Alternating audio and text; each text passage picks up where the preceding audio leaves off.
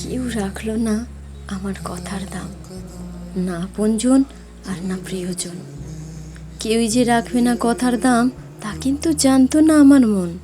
বাবাও বলেছিল ক্লাসে ফার্স্ট হলে চিড়িয়াখানা নিয়ে যাবে, হঠাৎ এক দুর্ঘটনায় সেও চলে গেল নীরবে। দিদাও বলেছিল পড়া শেষ হলে তোকে দেবো একটা ফোন। আজ পড়াও শেষ আর দিদাও শেষ, আবারও ভাঙলো আমার মন। হঠাৎ এলো এক প্রিয় মানুষের আবির্ভাব, যার কথা বার্তা আচার আচরণে মিলে গিয়েছিল আমার মনের ভাব। যে বলেছিল পৃথিবীতে যাই হয়ে যাক আমি ছাড়বো না তোমায় কোনো দিন। যে সব কিছু চুরমার করে গেল আজ খবর নেয়নি একদিন। আমি নিজেকে বলেছিলাম কারুর কথা মাখবো না আর গায়ে।